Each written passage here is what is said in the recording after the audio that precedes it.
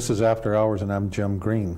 This is a new series that we're doing where I'm going to be talking to people I know about some of the issues in our society and basically in our city. And downtown Vancouver is where a lot of the locus of the discussion will go. And I'm very, very pleased to have as my first guest Arthur Erickson, who I think everyone in British Columbia knows well in terms of some of the greatest architecture that's ever been produced in this country.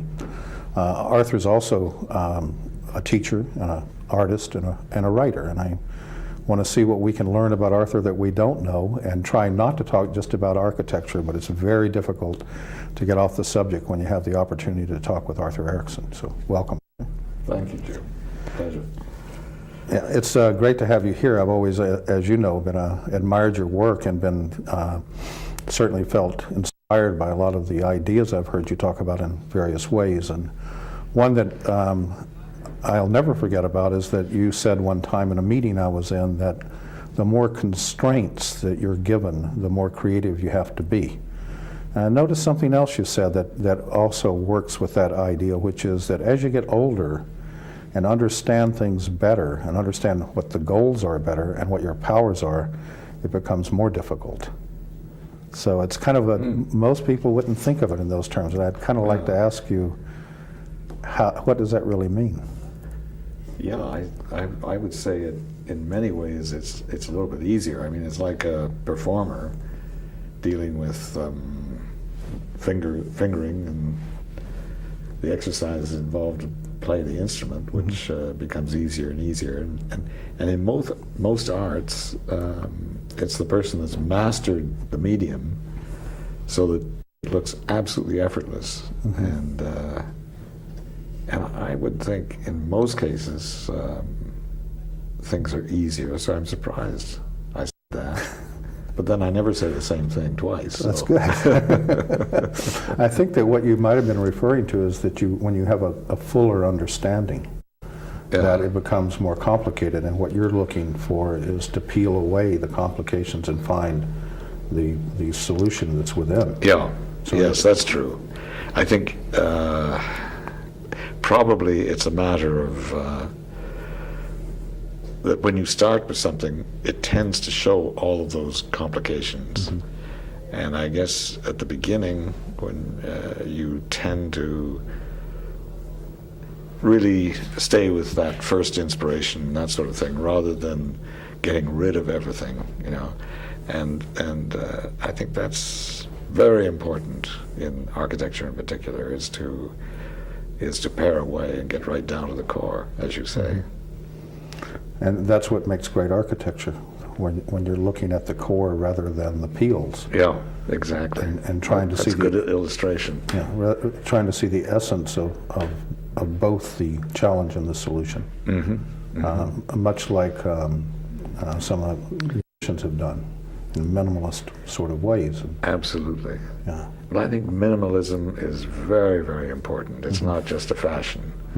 It's, I think, absolutely elemental to design, to performance, everything else. I mean, you see a great actor, and that's what they've accomplished. You see a great dancer, and that's what they've accomplished, is to get down to the absolute basics of what they're doing. Well, if you take that a step further, then if you think about the idea, which I've heard a lot as sort of a novice that appreciates architecture, I've heard many people say that architecture is frozen music. And that's led me to think, though, but there's also an architecture to music. Absolutely. So structure. That's right. That's right. So you can see yourself as sort of a musician that's tuning a site or looking at the way to compose a piece of music, a rhythm, I guess you would say, to that site. Yes. I've always marveled at Bach's compositions and how basically simple they are. You know, using a very, very simple theme and elaborating it, and it's so extraordinary. And I think probably we enjoy that period now because this is what we're looking for, and we're trying to get rid of all of the superficialities of things. I think sort of representing our frustration with the complications of life. And we need something to demonstrate that under all of that fuss, there is something basic and simple that we have to try to achieve. Well, when I go to the Museum of Anthropology, and I do have the privilege, as I mentioned to you earlier, of being able to teach there now, I find a very calming feeling about it. I mean, it's monumental in a way, but there's an overwhelming feeling when I walk into the Great Hall of relaxation or introspection, almost a feeling that this is good, it fits well.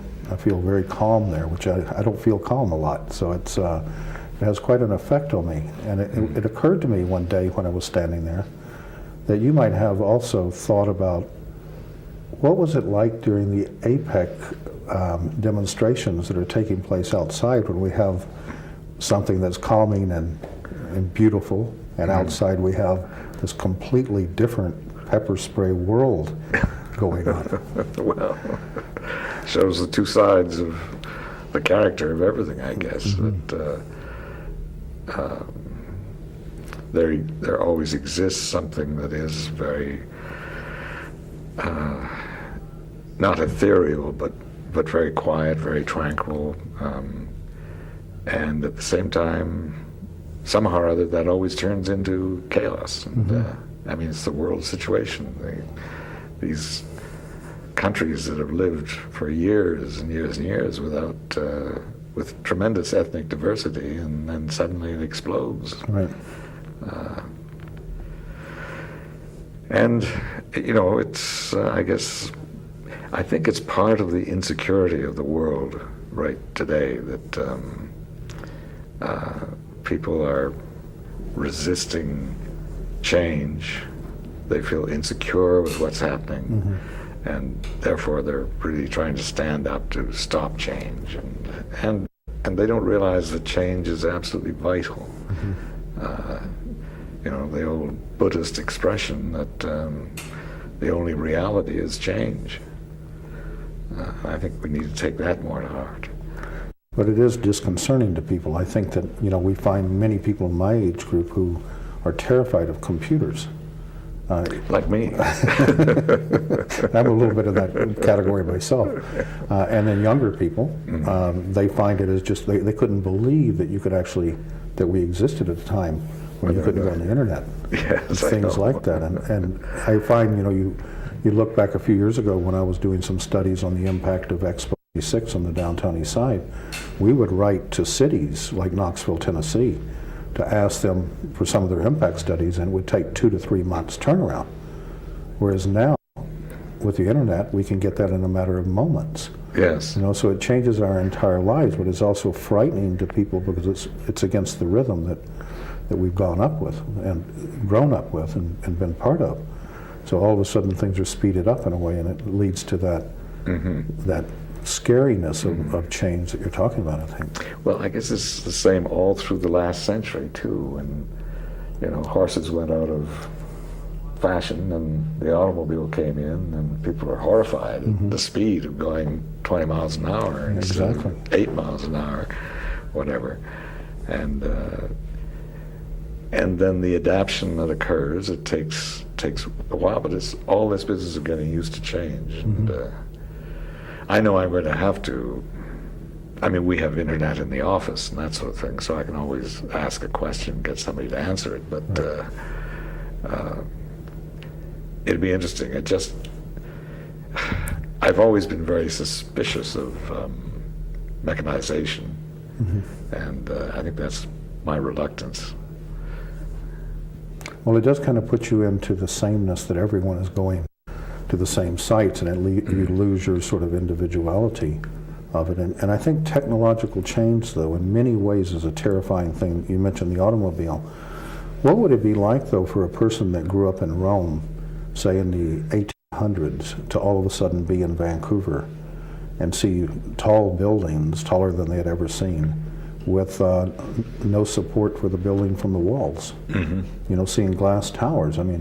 Wouldn't that kind of throw your whole world upside down? Oh, absolutely. They'd either have felt that they'd gone to heaven or to hell. You didn't know which. And if you think about it, I wonder if people could really even understand that, since it would be completely contrary to their entire existence to see something that was that foreign, if you will. Yes, yes. You know, that very moving film, the Cuban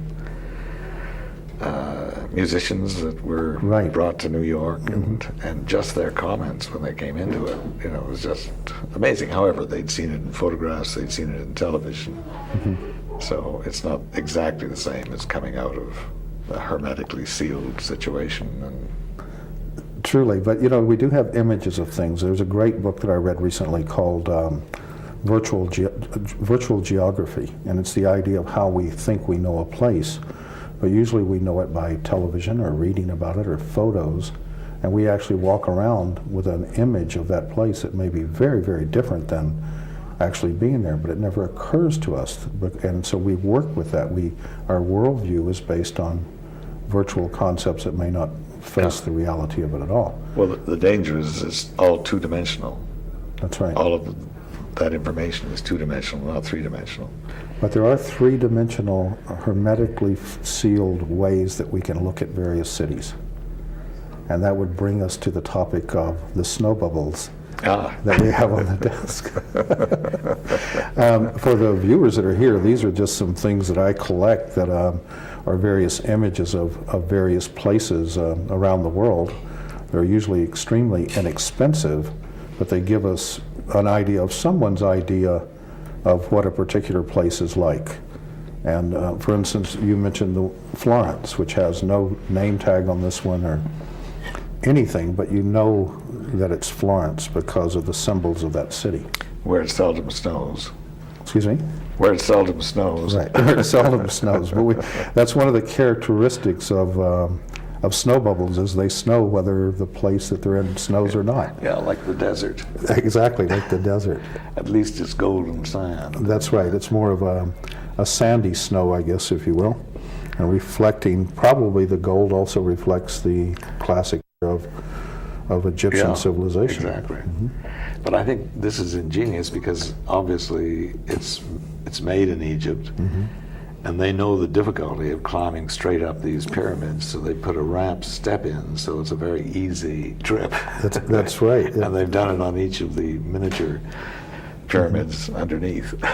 So we have a pyramid with pyramids within, I mean, which none of us would believe were there, but perhaps someday. The Luxor in Las Vegas is actually a pyramid with a casino within it, right?